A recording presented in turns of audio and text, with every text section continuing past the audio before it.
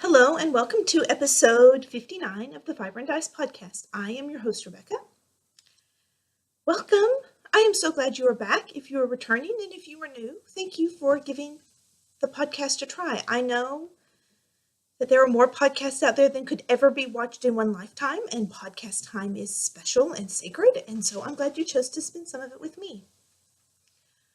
How is everyone?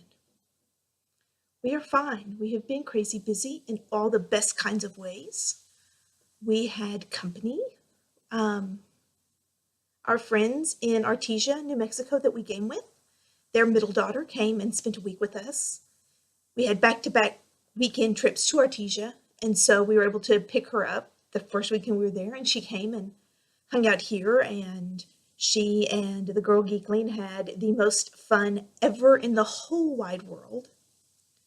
And then we took her home for her big sister's high school graduation, which was fun. I got to be there and do that and see her graduate, which made me it made me realize that we're starting junior high and we are 6 years from graduation ourselves, and there's a lot to do. The difference between my rising 7th grade children and the graduating high school children is massive. I can't believe how much they're going to grow up. I mean, my kids are very mature and they're good kids, but oh my goodness, the difference between the next 6 years is huge. They grow up so much.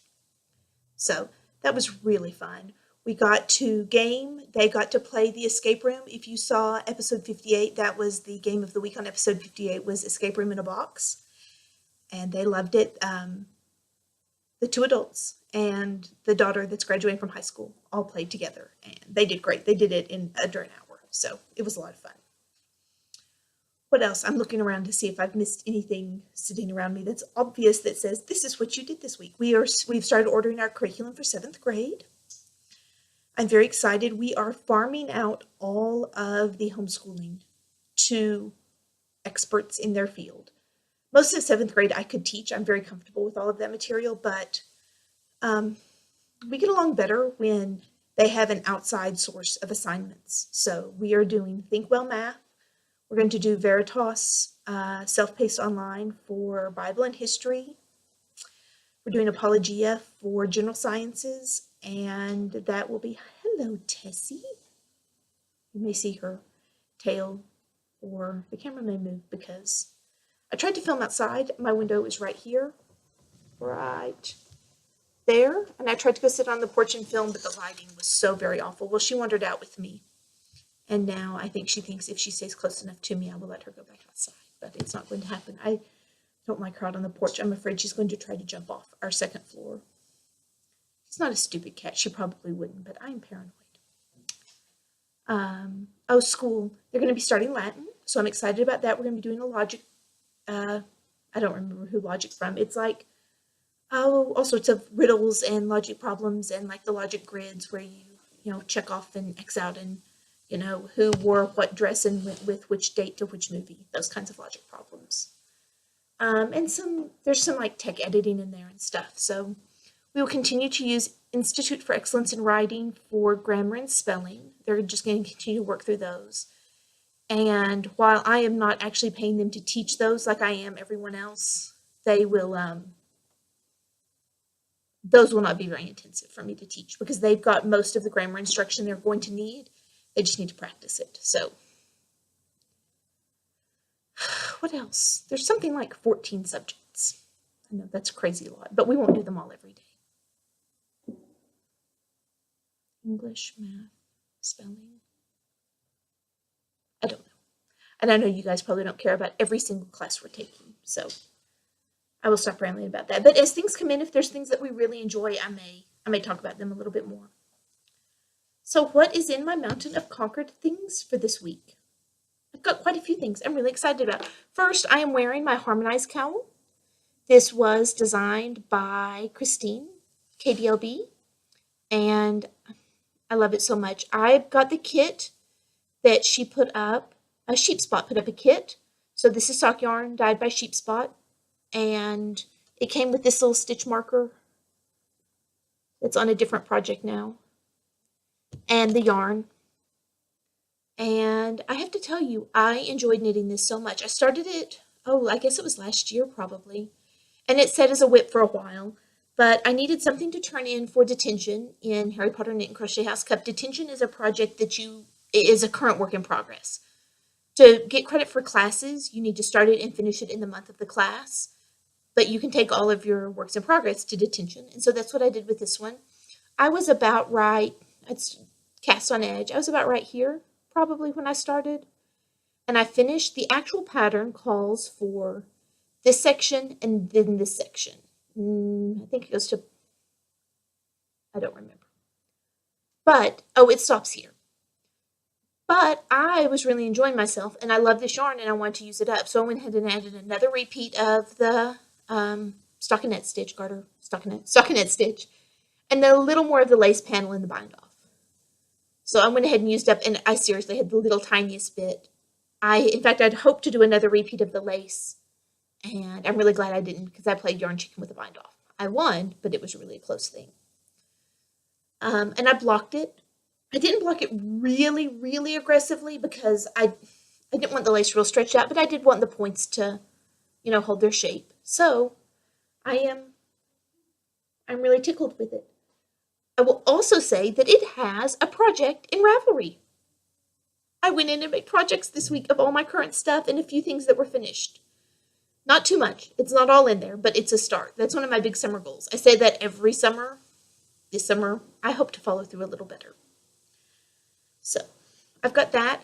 And I've actually been wearing it with one of these camis and without the sweater. And just wearing it like around my shoulders. Way less ugly than that. Just like this, so my shoulders are out. And I've really been enjoying that because it's so long I can do that. Or just wear it around my neck. So that's my first finished object. I have 2 finished handspun objects. They are right here. One, speaking of Christine, KDLB, she, her birthday was this past week, and she is a dearest friend, so I spun some yarn for her.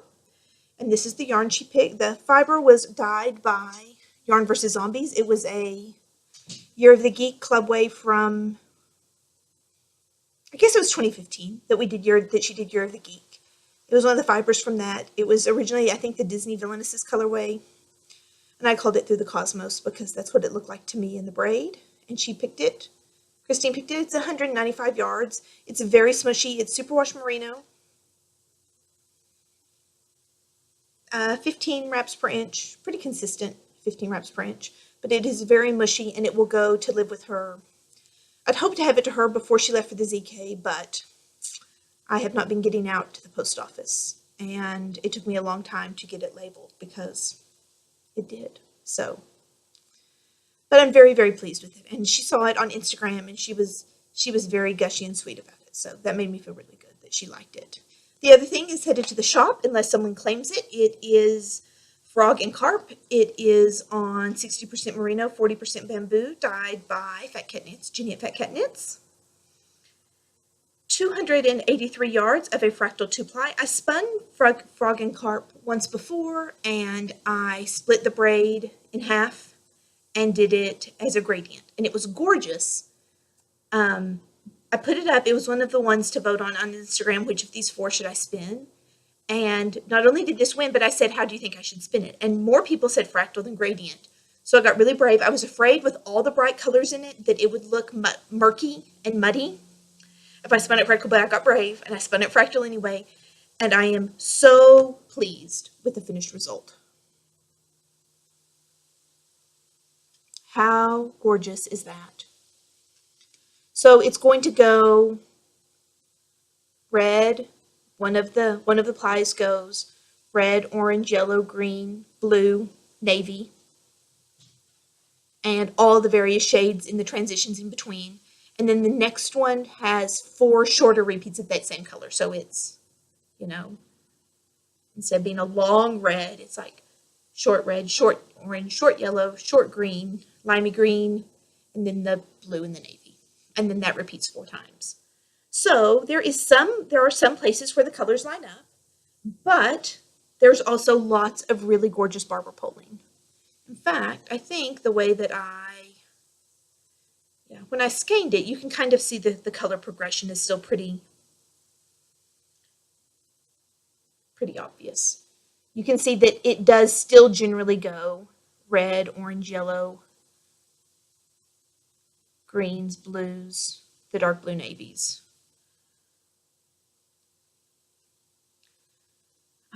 But within that, there's lots of variations within those individual color stripes, which is the magic of fractal spinning, and apparently double magic when you are fractal spinning a rainbow colorway. So this is $51, and it will be live in the shop by the time this podcast goes live, and I will put it up on Instagram for you to see if you follow me on Instagram. If you follow me on Instagram, that is the best place to know about new fiber going up. Or new, not fiber, new yarn for the shop going up. So there's that. What do I have works in progress? Finished object. I have an almost half finished object. In fact, I'd almost delayed podcasting again so I could finish it, but that would have been pure silliness. This is a sock for my sister. It is a Lavish sock base by Knit Circus. And I adore this. This is the second pair of socks I've done in this colorway. Twister Stripes is the colorway. Starts with the pinks and the grays and goes to the whites and the yellows. Now, I will say, and I might have said this before, I don't remember. In the picture online, on her shop, when you go to order it, just in case you want to order it, in her picture, the white stripes are down on the pink end and the gray stripes are down on the yellow end. So my sock is not knitting up in the same colorway as it is in the sample picture on the website. So if you order it, I don't know which way it will come, but either way, they are gorgeous. So this is a long sock because I wanted to use up as much of the stripes as possible. I'm going to add just a little more to the 2x2 rib cuff. My standard sock pattern, it is a slightly rounder toe. This one is a stockinette foot. Lots of times I'll put a texture in it, but not this one. This one does not need texture. A fish lips kiss heel. And then a very long leg with a little bit of increase right out here for the calf. Because it will go up calf length, at least partially. They will not go knee high, but they will go well taller than a lot of times when I knit regular socks. I knit the leg to the length of the toe and then just add the cuff here, but clearly I went a little further than that. I'll finish these up and cast on. The next sock is going to be cast on with this bright yellows and whites on the toe and go up the reverse. And I have a surprise project, one I had not planned to do. Oh, these have a Ravelry project. These both have a Ravelry project. This one doesn't yet, but it will, because I'm going to turn it in for a class for House Cup. This got turned in for Muggle Studies for House Cup. It was food inspired, and so this was inspired by fruit salad. These, I have no idea. They will be turned in for House Cup, but I don't know what they will be. But my surprise project came from House Cup. The basic rules for House Cup are that you have to take one class every month. You have to finish one complete project and turn it in every month for 3 months, and that's how you keep your sorting priority. That's how you keep your space in House Cup. But once you've done that, you can do up to 6 classes for credit. There are 8 classes offered, but then there are all sorts of fun extra things that you can do. Lots of neat things. And one of them this time was the Headmistress Challenge, which is something that the headmistress puts together every term, and it's whatever she wants. This time it is a mystery knit-along. And I saw it on the Saturday night before Mother's Day, and I thought, I want to do that. So for Mother's Day, I think Prairie Girls do a Mother's Day cast-on, Prairie Girls podcast. Do a Mother's Day cast-on, and I thought that would make the perfect Mother's Day cast-on. So if you are playing along in House Cup and you're doing the Headmistress Challenge and you don't want the mystery part of step 1 spoiled, look away for just a minute. I picked super special yarn because Mother's Day cast on. This is my hand spun. This is the Primrose colorway from Moonrover Yarns. And I spun this up last year. I have not had the perfect project, and I think this is it. And so this is clue one. It is this lovely textured cowl. I just adore it. One, I think that it is great for this yarn. I think that it's showing the funky cabling really well, and of course, giving all of these gorgeous colors a chance to shine. So I'm really really pleased with it. So that oh no, I don't want to pull it off the needles. Let's not do that. And I have a book that I finished this week. So this is by Sherry Priest. We know her from her adult steampunk books. The first in that series is Bone Shaker. And I read about a third of Bone Shaker, and then it went back into the pile because new things came out, and ooh, shiny squirrel, and I read other things. But I did see this. It came out last year. I'm wrapping up things from last year this week, apparently. And it is called I Am Princess X. It is YA. It is a very quick read, but it was very fun.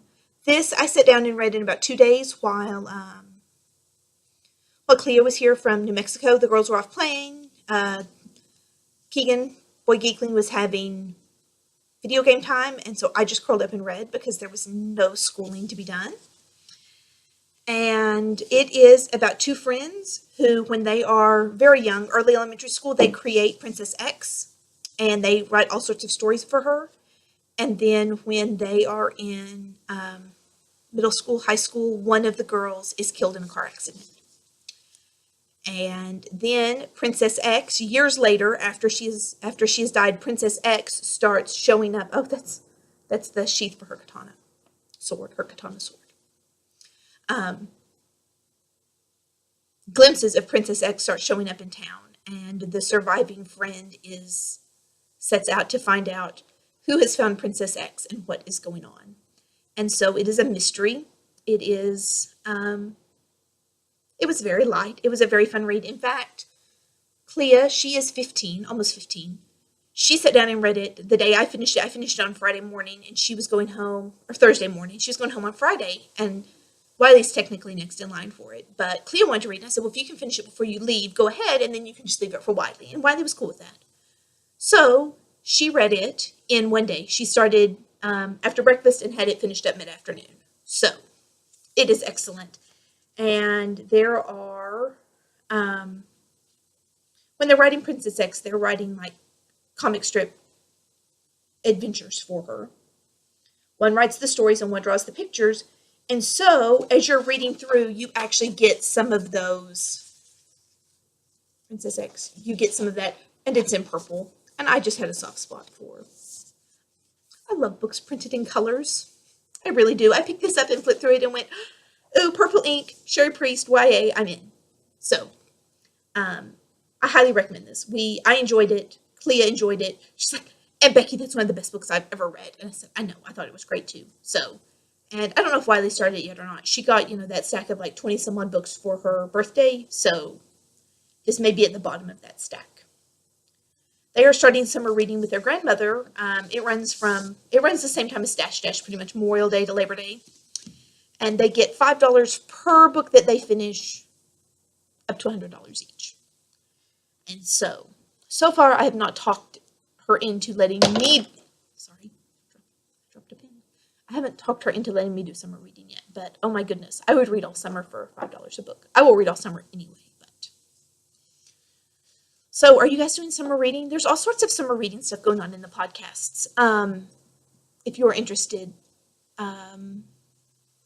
who is doing? I've just started listening to them. I don't think it's Two Knit Lit Chicks. I'll have to look. They're both librarians, and they're doing summer reading along on their blog, knit along, read along thing on their blog. The other summer reading thing that's going on is that Damaris Dammy on Geeky Girls Knits is doing a Jane Austen, Summer of Jane Austen. So I am probably going to jump in and participate in that, among other things. So I think it's going to be lots of fun. I wish I had some big stack of deep wisdom or well-organized things to share with you this week, but I don't.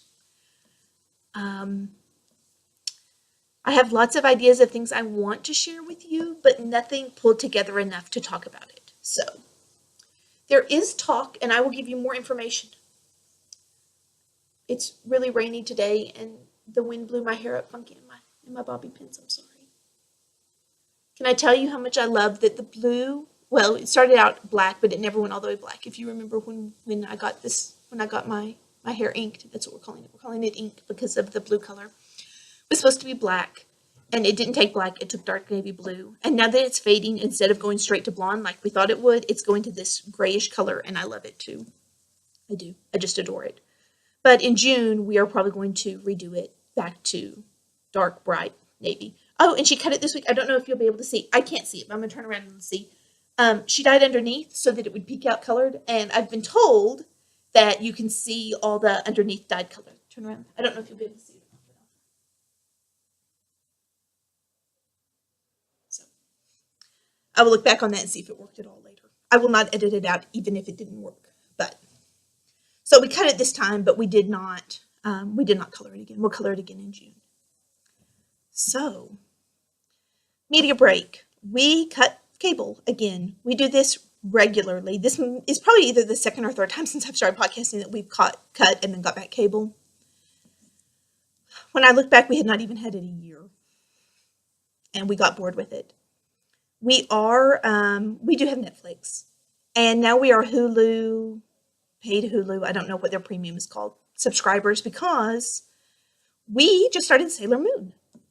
The, I guess, late 1990s series that Hulu has up. And I don't know how many, there's 100 some odd episodes of it. But we did not get on the Sailor Moon craze before, but Jinx Yarn, she does the Diary's Notebook podcast. She dyed up some Sailor Moon colorways, and I was really smitten with them. I didn't order them because I'm not a true fan. I didn't want to take them from people who really love Sailor Moon.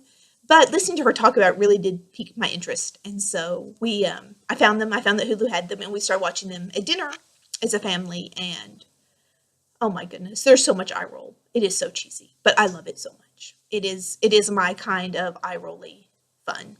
So media break is Sailor Moon, and the engineer and I are rewatching Psych before bed. We watched Psych religiously when it was new on TV. And then I think we moved and lost cable right before it ended. I don't think we've seen all of the last season. So we are going to rewatch it all the way through to the end. I swear, I still think it's one of the funniest shows that has ever been on television. It is one of my all-time favorite, like top 5 or 10 shows ever. Media break, what else? I'm listening to a lot of double clicks. I like the double clicks. The children and I have listened to, I introduced them to Weird Al. And I did that with the Saga Begins song, which is the, it's episode 1 of Star Wars. Best thing to come out of episode 1, in my opinion. In fact, Wiley watched the parody song of it, and she was like, oh, episode 1 makes so much more sense to me now. And I was like, yes, it does. So we've been listening to that. The children have it memorized. It's pretty funny. And there's a Lego version of that where they acted it all out with Lego characters. That's hilarious. The kids thought it was the funniest thing they had ever seen. So no brilliant new apps or anything that I'm using. Just watching Sailor Moon and Psych and spinning and knitting a lot. I'm not sure exactly what's going to happen with Game of the Week this week. What I'm kind of hoping is that the engineer and I tonight will set up a game, something maybe that we've talked about before, and play it and record it and put it up for you. We are really working on building the YouTube channel with more gameplays. We have not actually started that. We're talking about it. We're in the planning phases. With building up the YouTube channel with more gameplays and tutorials, and I don't know if anyone would be interested in watching me. I'm a clumsy cook, but watching me fumble around in the kitchen and invent recipes I've actually had a couple of people ask me for recipes, and I'm like, it's nothing I can write the recipe down for because I don't use recipes, but I could film myself making it and tell you what all's in it.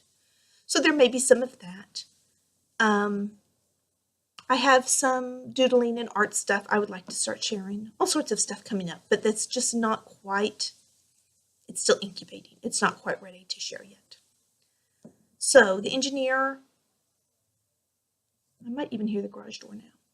I missed his text that he was headed home from work, but it's normally time that he's about home. So I did in fact hear the engineer. I'm going to surprise him and say, hey, we're going to film something for the podcast tonight. Hello, engineer. I'm filming the podcast. You want to come say hi? He's the best. I was just telling them that I don't know exactly what we're going to do, but I hope that we will pick a game tonight. Yes. And that we will film us playing it and edit it for Game of the Week. That sounds good. It's cold outside, even though it's like late May. It's late May, and it is cold. I tried to sit outside and film the podcast. No, not today. Not going to happen. No. Not going to happen. So, as you can see, the engineer is home, so I'm going to go, and I've got spaghetti squash in the oven, and I have got, I stuck some stuff in the blender and then soaked the chicken in it, so we're going to see if it's any good. It is honey and salt and pepper, and I forgot the garlic. I wish I put garlic in it, but we can put garlic in it when we cook it. And olive oil and balsamic vinegar and frozen blueberries. So we'll see if that makes a decent dinner or not. I will tell you when we sit down to game tonight if dinner was any good. So, I will talk to you guys in a little while. Bye. Hello, and welcome to Family Game Night, and also Game of the Week. Tonight we are going to, the engineer and the Geeklings and I are going to play Codenames. Here's the boy Geekling. Keegan, you want to wave? You're in screen. Hi. He's getting a drink. Codenames is probably the party game of the year. Last year and into this year. Do you want to come and sit? You can come and sit and talk with me. I guess I can. Yes. The engineer's just standing right here over my shoulder. I'm like, in or out, but don't just hover. Oh, it even says it right there. #1 party game on Board Game Geek. There you go. Let's talk about this. I get to pronounce his name because it's not one we're used to saying. I wouldn't have said it. I would have just pointed to it. Yes. Vlada Tvatl? I probably just butchered that, and I apologize. And published by Czech Game Edition. He had some other game just come out. I just we saw it on the shelf. That's why I handed it to you, because I assumed you would remember what it was and talk about it. I don't remember what it was either. It was like a new twist on Pictionary. Interesting. That's all I remember. Okay, What's that at Barnes & Noble? Oh, go ahead. Components in the box. You have the instruction book. Unlike most of the instruction books we show you, it's pretty straightforward. It's not very long. Pretty straightforward. You have a bag full of these grid cards. You have a little baggie of spies. That's what this whole game is about, spies. Okay, you're going to have to scoot up a little bit so I'm not giant in the screen. Roar. 2 teams, red team and a blue team. You've got a timer, which we don't use very often. Yeah. I think even in the rules it says, use this if people are taking too long. And 2 little bags full of codename cards. So the idea behind this game is that you have an array in front of you And it's of 5 by 5. spies, a 5x5 grid of spies. And each of them has a code name. I'm pulling these out of the middle. So each of them has a code name. And these cards are double-sided, and there are a lot of them, so there's lots of replay value. Kind of like Pictionary or Trivial Pursuit. There's lots and lots of cards. And this even more so, because the way you give clues in this game, different sets of cards will have different clues that you give. So replay value, massive. Basically, what we're going to do, Charles and I are going to be the handlers. Yeah, there's a... We're the clue givers. We're the clue givers. That is what it is. For the children. Basically, what we're trying to do is to alert them. There's going to be, like Charles said, 25 code names laid out. We're trying to give single word clues that will let our partners know which operatives are ours. So the hope So is in the grid, if I'm blue, then the code names in these spots on the grid are blue spies. And I want to give Wiley clues that will let her pick blue spies for our team. One single word clues, unless it is a proper noun. You can give a multi, you can say you can Los say Angeles. New York City, something like that. Get a rope. No, so I am going to, you guys are just going to have to bear with us this first time, but we've never played a game and filmed it at the same time. So we will just have to figure out what we're doing as we go. I'm thinking maybe put the camera, I'm going to turn the camera on. We're going to talk for a few minutes. Yeah. We'll be right back. Okay, so basic setup for Codenames is you randomly pick from the stack of grid layouts one card. Cat. Hi. The cat is essential to set up. She has to approve every game we play. It comes with a little stand to set it up in so that the clue givers can see the setup. Charles and Wiley are going to be on the red team. Keegan and I are going to be on the blue team. These are blue operatives, red operatives. If you notice on here, I'm not going to point to it because I don't want the kids to know where it is. You will see that there is a black square. Oh, they can see it because I wasn't going to say anything. Because they are okay. You're sneaky. My smart kids are sitting here looking at the screen so they can see exactly where this is. Let me get my phone so I can take a picture. I don't know how we're going to play this without them cheating. It's going to be very interesting. Well, how are we going to play this without them cheating? A new grid card. I'm going to pick a new grid card, and I'm Yes. probably going to set it. We'll have to do it off screen. I'll have to set it off screen. I was going to leave it sitting right here so that you guys could see what we're thinking, but Then they can see what but we're then thinking. they can see what we're thinking, and no. For the record, almost always whoever is on Charles or Wiley's team wins, and they're teamed up against the boy Geekling and I, so it should be really interesting. I already know the winners. Okay. So, okay, but back to basic setup. You see that there is a black square. This is the sniper square. If at any time they guess that is one of the operatives, the sniper card goes on it, and that team automatically loses. Some of these squares do not have... They're not actually spies. I know you guys are so sad if you can't see my face all the time. They're not actually spies. They are bystanders. And so if they guess a code name that has a bystander on it, then it gets a confused bystander card. So Charles is going to set up our grid 5x5. He is laying out depth, foot, plate, web, Lock. web, lock, switch, Board. Air. Air. Eye. Shadow. kangaroo, Jack. dice, fence, march, Lion. Key. Jupiter. Change. Rock. Tokyo. Olive. Ham. Cover. Hood. So those are the code names that the children are going to try to guess. Let's shift. We're going to switch this out real quick. All right. It's going to set off screen from now on. New I guess we can grid. give an example. Okay, yeah, using this example. I'm blue, so I want to give a clue that Keegan would guess for... See, this is why me and Welly play on a team. Usually. Oh, I would give sandwich 2 for that. Okay, so sandwich 2. We're trying to get him to guess. Well, if I show him. So he has guessed olive and ham, which are 2 of them that are out on the board.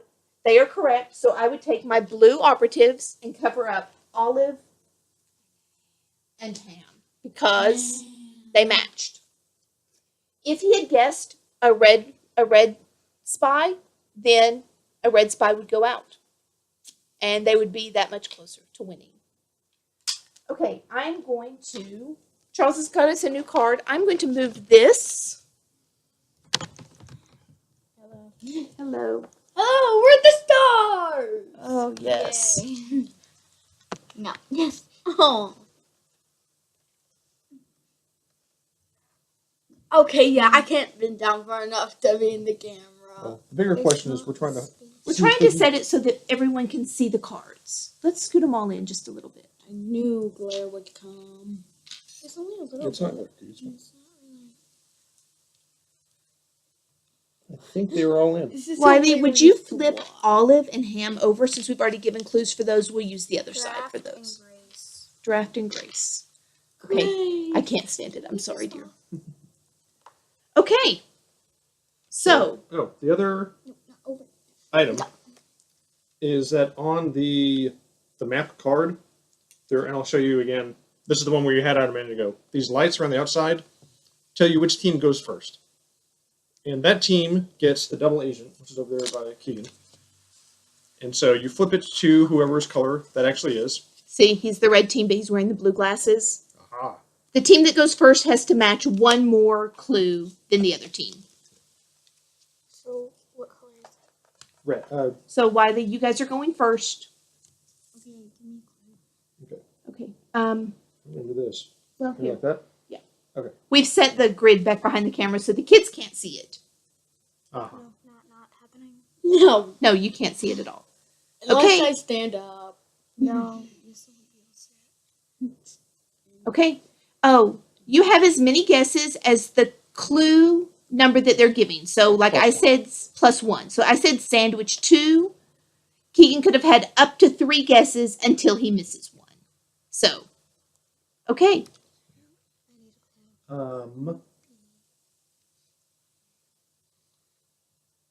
Assassin 2. Okay. And that's one that is a red operative. So I'm putting a red one on there. I know I have another idea. And then she guessed this one.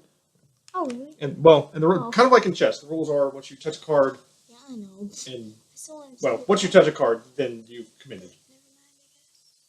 And so technically, she has one more guess. However, she doesn't have any more information to go on because she has guessed the same number that I gave for that clue. So she probably wouldn't want to try again. Start? Yes. Okay. I'm going to give Keegan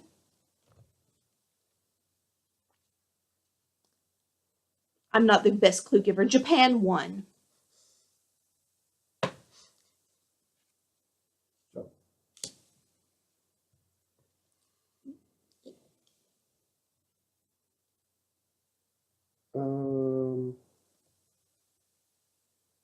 And I have added pressure because we have an audience.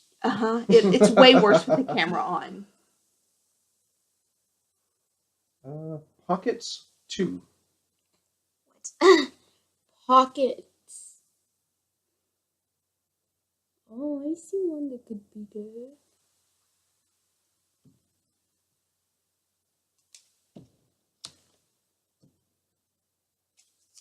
I was kind of thinking like kangaroo pock. Like that's. Oh, But remember, don't say other things during the game because you might give Dad clues for things later. Oh. Right.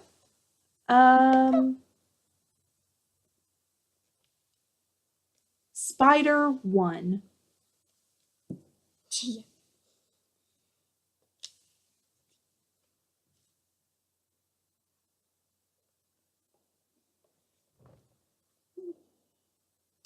You can't bake on the table. Wait, those are not my color. It does help if you give clues for your Uh-huh. actual color. Yes. And the other trick is to make sure that you don't give a clue, well, for the other side, or kind of like what Keegan was saying a minute ago, you don't want to give extra clues or clues that are so vague that your teammate can guess Other things. other things that you're not actually trying to indicate.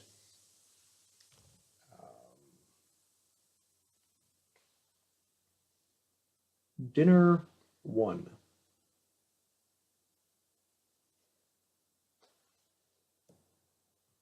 Well, this is going to be a quick game. Apparently. Keegan, outside 2.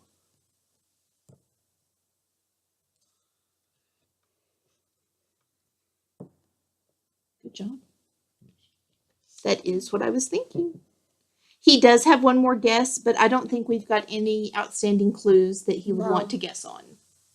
Do you want to stop? Yeah. Okay. I'm afraid of the assassin. Uh-huh.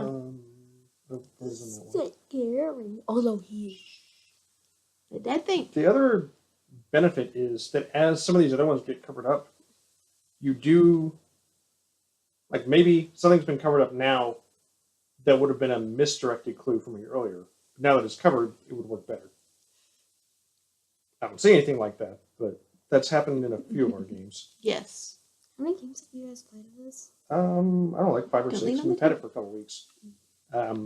Because it plays quickly and it's a lot of fun.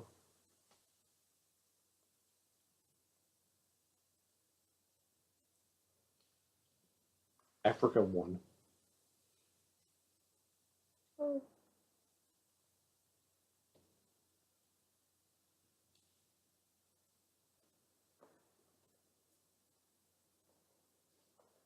Don't touch me. I didn't mean to.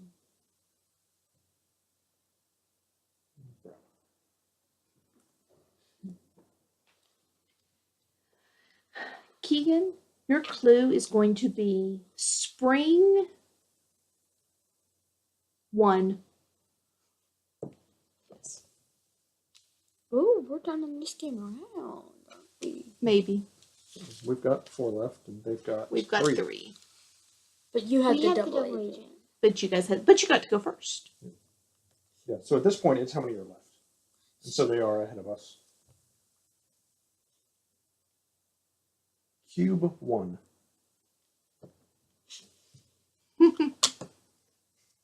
And because she had one more guess, and she had a leftover clue from some information to go on from last time, she was able to get What was the a old second. clue?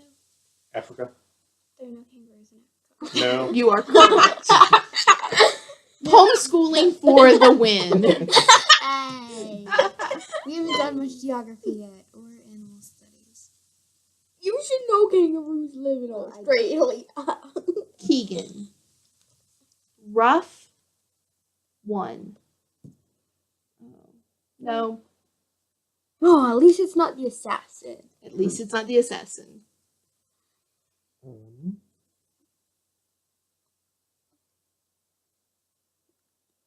Oh, that would work there too. Oh. Mm-hmm.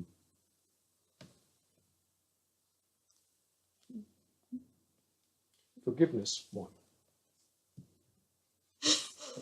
Wow. And we're gonna Not being lose. big at all, are you? I am okay with losing. Sometimes it's good to get a direct one. Blanket 1. Yes.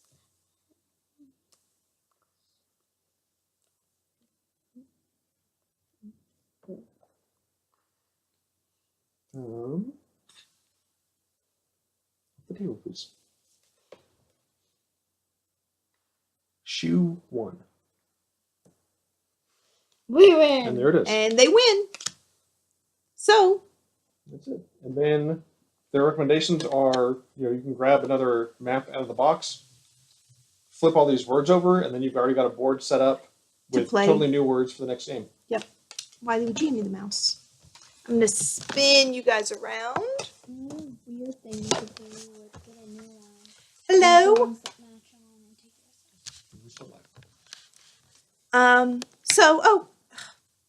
Off the table. There you go. So that was a quick playthrough of Codenames for game night tonight and for game of the week. Would you hand me the box one more time? Yep. Codenames. Oh. There's our game shelf. I don't know if you guys have seen it in the new apartment. Sometimes it's been in the background, but not. We're halfway. We're half the distance to it now than normal. Yep, we're much closer. I say much closer. It's not a huge apartment. It's 5 feet away instead of 12. I normally sit and film at The table behind the cat. that table behind the cat. We're sitting here in the middle of the living room to film today. There's the kitchen, and that is the other side of the living room. There are the kids' bedrooms, and in between somewhere is my office. The other way. Yeah. Oh, there, you can see, if you look right above the part in my hair, you can see the red yarn that I'm plying. It will be on next week, unless it's already sold, and then I'll just put pictures up. So, clearly we've got, you want to join me for the ride at the end? Yeah, that's Clearly we've got a lot of learning to do on filming the podcast, not filming the podcast, on filming the, games. filming the games and using different software to do that, and maybe getting multiple cameras going and all those things. But I just wanted to try something tonight and at least dip our toes in it. So, Lord willing and the creek don't rise. Knit Along starts June 1st. The peppermint mocha socks from Cece Allman's book, Coffee with Cece. So pick yarn. Go ahead and decide what you want to knit with. And we'll talk about all that more next time. Yep. Lord willing and the creek don't rise. We will see you at least once more in May. Bye.